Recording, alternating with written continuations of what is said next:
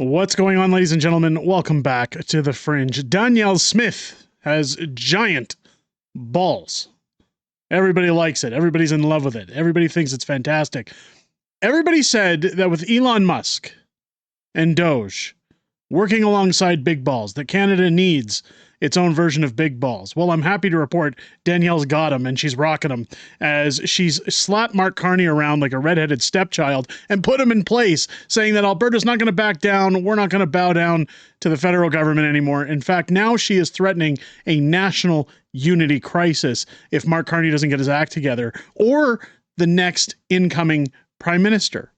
Sending a very strong message. Now, we've talked to great extent. I had a poll open on the channel not too long ago asking, where do you guys stand on fixing Canada's problems? Do you believe separation is the answer? 51st state? Should we fight for Canada? And the results were alarmingly astounding. I'm going to share those with you tonight on Friday Night Fringe. Make sure to join me on the show tonight at 6 p.m. Pacific, 8 p.m. Central, alongside my beautiful wife, Mrs. Fringe.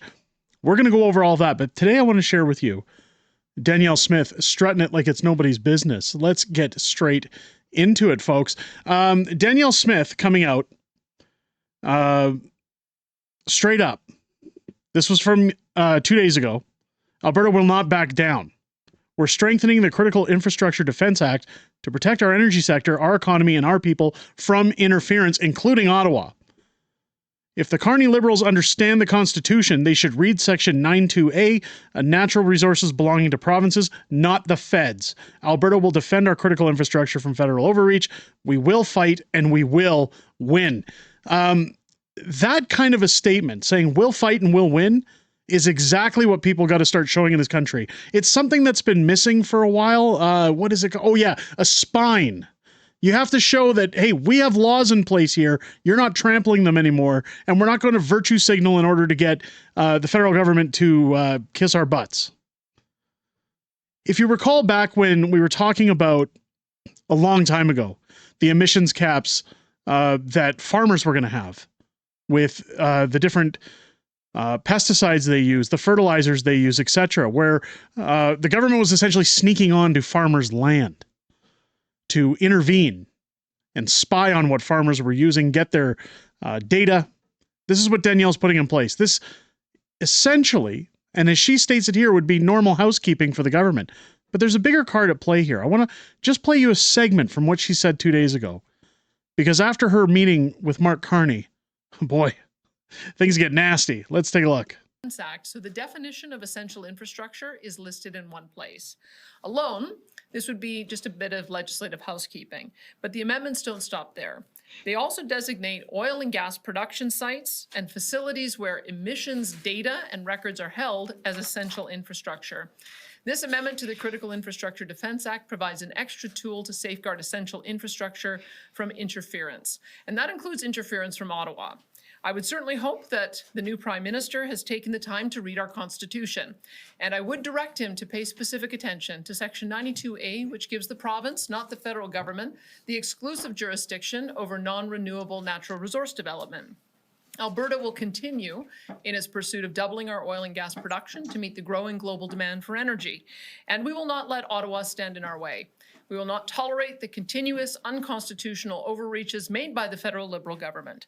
Measures like the emissions cap, the net zero electricity regs, the net zero electric vehicle mandate, and the energy industry advertising ban must be stopped now.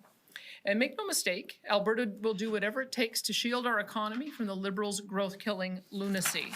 These amendments we're introducing today would include denying federal workers access to our facilities and the information they contain. I will continue to fiercely and unapologetically stand up for Albertans and defend the best interest of our province, our economy, and our industry. This ongoing tariff dispute has proven now more than ever that Canada must build big and build fast to reach new global markets for export. Now, I want to touch on that because Pierre Poilievre recently having his most recent rally where he came out talking about policy. He came out talking about how he wants to fast track. We got to build quick. We've got to expand. If we want to get away from tariff threats, they're not just looking at Donald Trump. They're looking at the future. We have to put programs in place to get our own Canadian citizens the access to blue-collar jobs straight out of high school. We've got to fast-track people and get them the training that's desired. We have to give the skills to our people in order to grow our country. It's so refreshing to see both these leaders talking about policy rather than just pointing the finger and saying, look what the other guys are doing. This is how you lead a country. This is how you lead a province. In fact, if Danielle Smith were the Prime Minister of Canada, I shudder to think how this so-called trade dispute would have gone down from the get-go. That being said, the only place where I think she made a misstep in this was that she acknowledged Mark Carney as Prime Minister. He's not. He's leader of the Liberal Party. He has not been given a mandate to govern. I understand it's a formality. But let's take a look at what happened yesterday, because this was 2 days ago. Yesterday, when Mark Carney was in Edmonton, at his request, I met with Prime Minister Mark Carney. We had a very frank discussion in which I made it clear that Albertans will no longer tolerate the way we've been treated by the federal Liberals over the past 10 years. I provided a specific list of demands the next Prime Minister, regardless of who that is, must address within the first 6 months of their term to avoid an unprecedented national unity crisis. So Danielle is acknowledging the ever-growing 51st state talk, separation for Alberta, leaving Confederacy. She knows that it's on everybody's mind. She knows people are talking about it. She's acknowledging that here. That if, whether it's Mark Carney, Pierre Poilievre, whoever, because she makes it very clear, regardless of who the next Prime Minister is, they must address this within the first 6 months of their term. It includes guaranteeing Alberta full access to oil and gas corridors to the north, east, and west. Repealing Bill C-69, aka No New Pipelines Act. Lifting the tanker ban off the BC coast, eliminating oil and gas emissions cap, which is a production cap, scrapping the so-called clean electricity regulations, ending the prohibition on single-use plastics, abandoning the net zero car mandate, returning oversight of the industrial carbon tax to the provinces, halting the federal censorship of energy companies.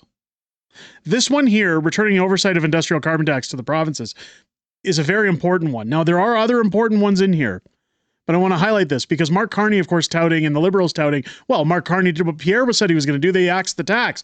No, they didn't. They lowered it. It's just sitting at zero. It can go up at any time. If you left it in charge with other provinces, I can assure you that for as long as Danielle Smith were the Premier of Alberta, you would not see a provincial carbon tax in Alberta at all. One thing I wanted to touch on here was where she said guaranteeing Alberta full access to oil and gas corridors to the north, east, and west. This is essentially saying you're going to allow pipelines. You're going to allow us to get our products to market. And if you don't, you're going to face a possible, unprecedented national unity crisis. That is what I've been asking for a long time from any representative. The ability to stand up and call it like it is and just say, look, we don't want to do this, but we've been pushed into a corner. We can't take this kind of treatment anymore. We can't sit like this anymore. She then goes on to say, I also made it clear that Alberta, so as owner of the resource, will not accept an export tax or restriction of Alberta's oil and gas to the United States, and that our province is no longer agreeable to subsidizing other large provinces who are fully capable of funding themselves. Boom, mic drop. I've been waiting for that one for ages as well.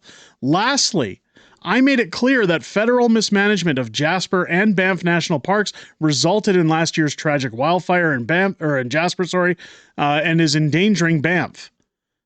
And the situation must be rectified immediately. With the federal election about to be called, I encourage all Albertans to get involved in what is likely one of the most pivotal and important elections in our nation's history, and to support the party and candidates that have consistently advocated for freeing Alberta from federal overreach and the repeated economic attacks our province has faced from Ottawa over the past 10 years. I mean, Danielle basically coming out. People are so scrupulous of Danielle to say, "Oh, she's terrible. She's just pulling the line. She's just like everybody else." When you come out and threaten these kind of actions, that Alberta's had enough. You either allow us to do what we want to do, or we're going to start behaving like Quebec. We're going to start threatening to leave. We're going to start showing you what a national unity crisis looks like. And it's not because we want to make life difficult for other Canadians. It's because our life has been difficult for the last 10 years. People have lost their jobs. Contracts have been canceled. Companies have left the province for greener pastures because they can't make ends meet. They can't get their products to market in this province. There was no reason for the federal government to ever stop this. There has been no reason for the federal government to continue stopping this. And Danielle has said the time has come. Enough is enough. Change, or we'll do the changing for you. And I, for one, could not be happier. Let me know what you guys think down below about Danielle basically dropping her balls of steel on the ground, causing a massive earthquake shuddering throughout Canada. Let me know your thoughts down below. I know it's an exaggeration. I'm just so proud to see a political representative actually give a damn about their constituents. Let me know what you think down below. Join me tonight for Friday Night Fringe, starting at 6 p.m. Pacific, 8 p.m. Central, here on the channel, where we're going to definitely talk about this. We're going to be talking about Mark Carney. We're going to be talking about the upcoming election that is allegedly looming this Sunday to be called, and much, much more. Again, joined by my beautiful wife, Mrs. Fringe. We look forward to hearing what you guys have to say in those live streams outside of making these videos. I look forward to hearing what you have to say tonight at 6 p.m. Pacific, 8 p.m. Central, again, here on the channel. Hit that subscribe button, folks. Join our large Fringe majority here on the channel. Leave a comment and a thumbs up on the way out. It helps us more than you think. With that being said, I hope you enjoyed this video. I'll catch you on the next one.